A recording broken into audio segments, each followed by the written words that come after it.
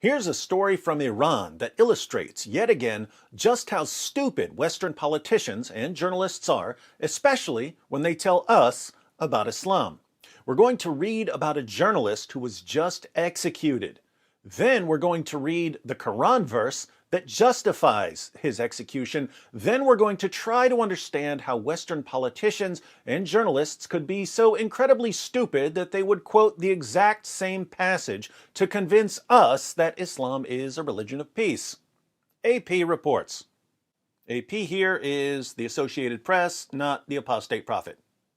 Iran on Saturday executed an exiled journalist over his online work that helped inspire nationwide economic protests in 2017, a little more than a year after authorities tricked him into traveling to Iraq, where he was abducted. So this journalist had fled to France, but the Iranian government tricked him into traveling to Iraq, and that's where they kidnapped him and brought him back to Iran. Ruhollah Zam, 47, was one of several opposition figures successfully seized by Iranian intelligence operatives abroad in recent months as Tehran struggles under the weight of U.S. sanctions. Kidnapping and executing Zam, who lived in Paris under what Iran described as French government protection, likely will further chill an already scattered Iranian opposition across the West. It also comes as Iran tries to pressure France and other European nations over the collapsed atomic accord in the waning days of President Donald Trump's administration. The execution drew immediate international condemnation. This is a barbarous and unacceptable act, the French Foreign Ministry said in a statement, which also condemned the execution as a grave blow to freedom of expression and media freedom in Iran. The German Foreign Ministry expressed shock about the circumstances of Zam's conviction and what it described as his abduction from abroad. Canada condemned Zam's execution, saying journalists perform essential work and that Ottawa would hold Iran accountable for its violations of human rights.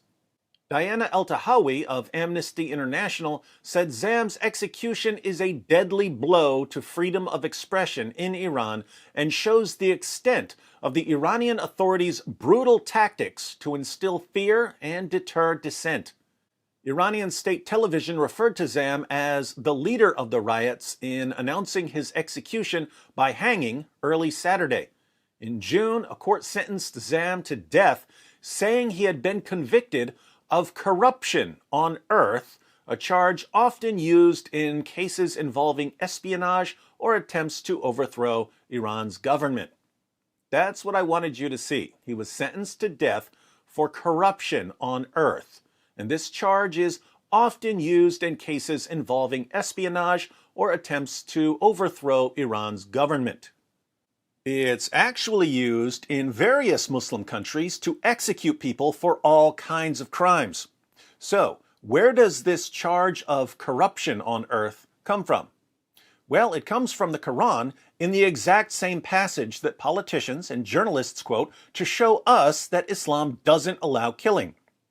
For years, whenever there was an Islamic terrorist attack, politicians and journalists would assure us that the terrorists had violated the clear and peaceful teachings of the Quran because the Quran claims that if anyone kills a man, it's as if he's killed all mankind. For some reason, they would leave out the fact that this was a Jewish teaching taken directly from the Talmud and that the very next verse in the Quran commands Muslims to kill people. Let's read the passage, Surah 5, verses 32 to 33.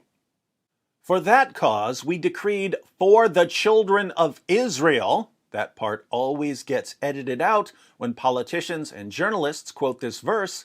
This is something that the Jews of Muhammad's time were teaching. It's from Mishnah Sanhedrin. For that cause we decreed for the children of Israel, that whosoever killeth a human being for other than manslaughter or corruption in the earth, it shall be as if he had killed all mankind. And whoso saveth the life of one, it shall be as if he had saved the life of all mankind. Our messengers came unto them of old with clear proofs of Allah's sovereignty, but afterwards, lo, many of them became prodigals in the earth. So, 532 was a teaching for the Jews. The next verse is a teaching for Muslims. The only reward of those who make war upon Allah and His Messenger and strive after corruption in the land will be that they will be killed or crucified or have their hands and feet on alternate sides cut off or will be expelled out of the land. Such will be their degradation in the world, and in the hereafter theirs will be an awful doom. How in the world does a person make war upon Allah? By going against His messenger and by striving after corruption in the land. And what's the penalty for causing corruption in the land? Well, it depends on the severity of the corruption, but the possible penalties include execution, crucifixion, dismemberment, and exile. Notice how dangerous this is. The extremely vague crime of causing corruption in the land carries some very harsh penalties. People are being executed across the Muslim world for causing corruption in the land. When Al-Qaeda would justify terrorist attacks against Western targets, they would say that Western nations had caused corruption in Muslim lands. Even Muslim YouTubers like Ali Dawah, when they explain why they want millions of ex-Muslims to be publicly executed, describe apostasy as a form of corruption in the land. There's a reason why there's a capital punishment, because people like you, little weaklings who leave their religion and cause corruption in the land by spreading it, corruption in the land by spreading it, corruption in the land by spreading it, the capital punishment in Islamic law would be applied to you. We have no doubt, and we're proud of that.